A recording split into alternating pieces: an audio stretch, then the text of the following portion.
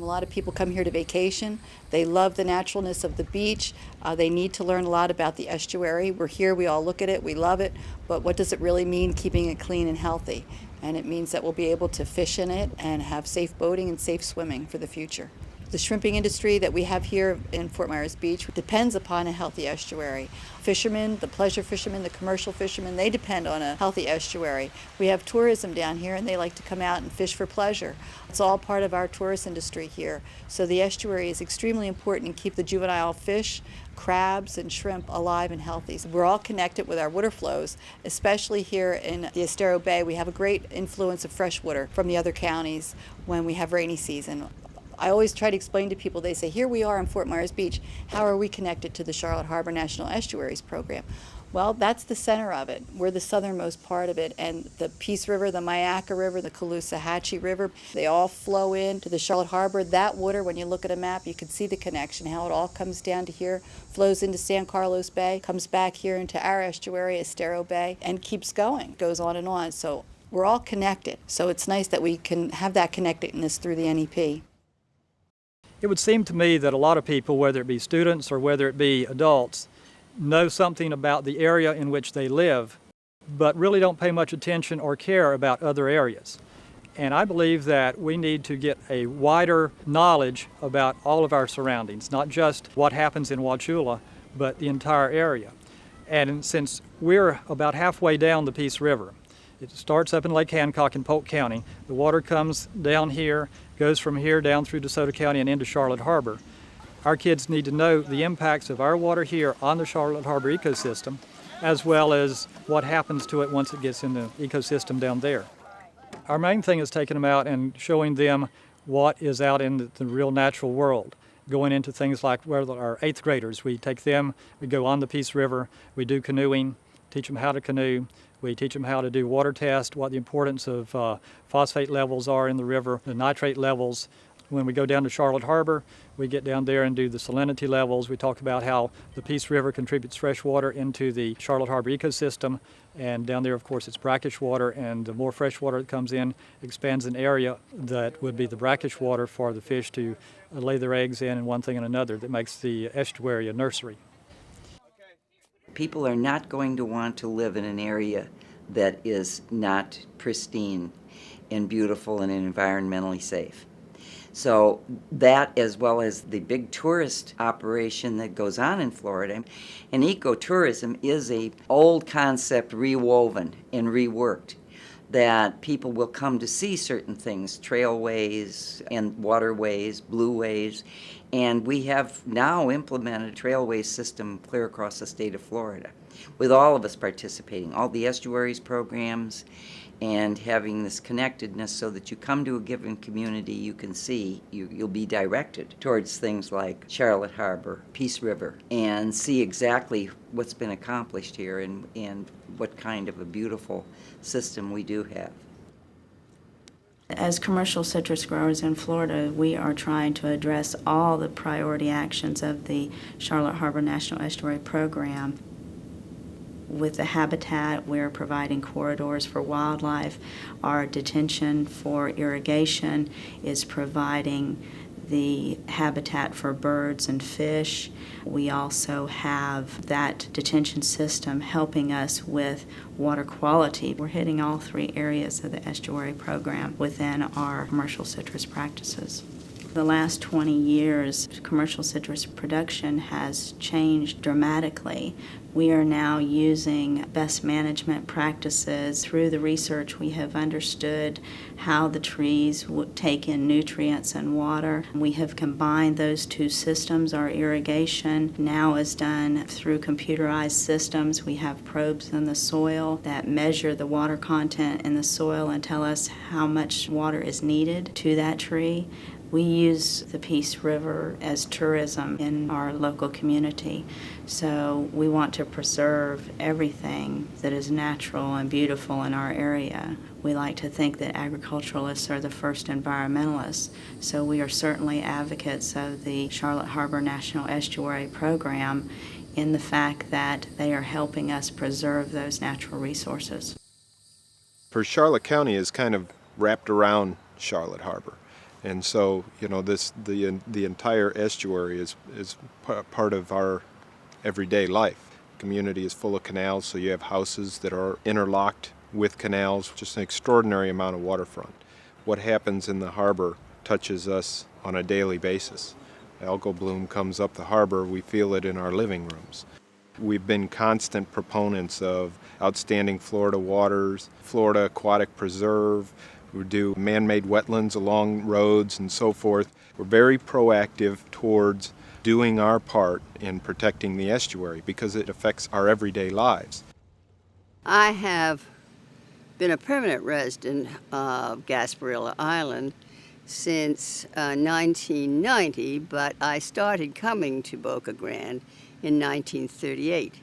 And living in an area that has enormous biological, botanical, and marine potential, and an area on which we are all as humans so dependent for our water, for our good air, for vegetation around us. We all know how very, very in demand all seaside property is. But why? Is it just the attraction? Is it just the beauty? No. It is because when you are living along a coastline with an estuary, your water supply, your food is far more prevalent than it is in other places. My industry thrives on clean, healthy water, chock full of fun fish to catch, dolphins to watch, birds to see, and we need everything working in our favor to make that happen. Charlotte Harbor has been famous for its fishing for over 100 years. Now, though, it's become widely known that we have world-class fishing here for those other species. Snook, redfish particularly, are fish that people come here from all over. Charlotte County is a perfect spot for someone that wants an ecotourism opportunity. We have sightseeing tour boats that take people by the dozens or hundreds out touring Charlotte Harbor and the Peace River, and we can show them dolphins, we can show them dozens of species of seabirds, all sorts of marine life. And that's also a huge industry. Incredible amount of money being spent in Florida's economy just to get people on the water. The number one reason we're losing wildlife in Southwest Florida is habitat loss and land conversion from native habitat to unnatural terrains. And it's not possible for us to maintain species like the Florida panther or the black bear or the red-cockaded woodpecker or the wood stork without having large tracts of intact native lands with the natural interdigitation of uplands and wetlands together. And that's what we're trying to do in terms of landscape scale preservation. Acquiring more land is a critical strategy for the Fish and Wildlife Conservation Commission.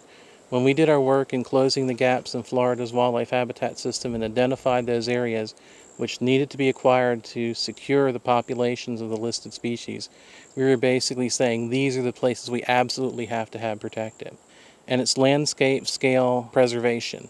We're looking at trying to build linkages between areas like Lake Okeechobee and Charlotte Harbor through a series of acquisitions ranging from the Charlotte Harbor Buffer Preserve, through the Charlotte Harbor Flatwoods, through the Webb Wildlife Management Area, to the Babcock Ranch system, to the Fish Eating Creek land acquisition and conservation easement system. So potentially we could have an area where a black bear could walk from Lake Okeechobee all the way to Charlotte Harbor. And when we can preserve land on that scale, we can preserve a myriad of biodiversity and a wide variety of animal and plant species.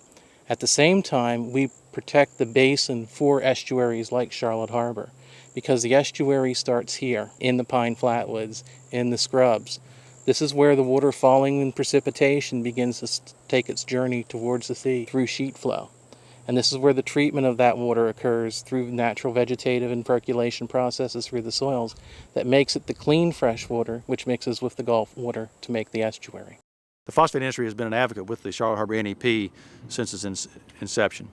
There's a lot of mutual gains, I think, that can come out of that relationship. We're not going to be content with the status quo. We want to move forward with our reclamation techniques, anything that we can do from a water quality standpoint to manage water quality issues even better than we currently do today, or even to look into the issues of water supply and the amount of water that is in the rivers. The industry wants to make sure that we're not part of the problem, but we're part of the solution. The NEP has brought everybody that lives in the system, everybody that works in the system, everybody who has responsibilities for parts of the system, have brought them together to talk about the whole system. And it's important that we all sit down and talk about how things work, how one person's activities may impact another person's activities, and how we can modify these in a way in which we can all survive and maintain the health of the harbor. Currently in the Charlotte Harbor area, we have over 50,000 acres of lands protected, both in Estero Bay, Pine Island Sound, Matlacha Pass, and Charlotte Harbor. With some of the benefits that these wetlands and uplands provide to the people in the area is they maintain the fisheries. Most of our wetlands, like the salt flat, the mangrove systems, serve as the nursery ground for many of the fish that you catch out in the open water. Without these wetlands around the open water, you would have less fish living out in the bays. The goal of the aquatic preserves is to maintain the health of the estuaries, and that can only be accomplished by working with watershed management folks and other resource management agencies within the area.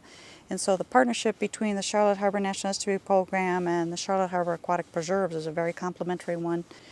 One of the things that's very interesting about the system of estuaries that we have in Charlotte Harbor is they're basically 7 interconnected estuaries, and each one has its own personality based on a variety of conditions, and it has its own watershed. And when you manage a water body, you need to look at the watershed, and one of the key components to that is the amount of land area in the watershed that drains the each square mile of water area in the estuary.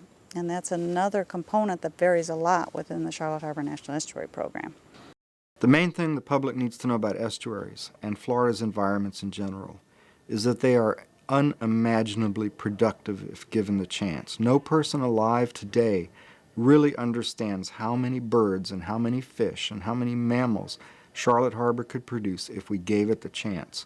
It would be a phenomenon of worldwide significance, and people's property values would be going up because they'd live next to the most unique ecosystem in the world.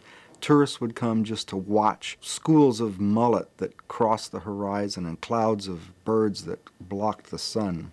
Humans cannot lose this vision of how productive nature, healthy, original nature, can be. My ambition for Charlotte Harbor is that we not repeat those experiences of Tampa Bay, if for no other reason than to save the huge amounts of money that have been put into the bay's restoration and will have to be put into the bay's restoration, and use that money for more productive social uses. We have the option of getting what we want out of the harbor, but still protecting its ability to produce goods and services for future generations. Thanks for spending time with us. Please get involved in the different programs to help preserve and protect our beautiful natural Florida. But I think it's time for me, with this beautiful morning, to go off and start taking some picture-perfect images.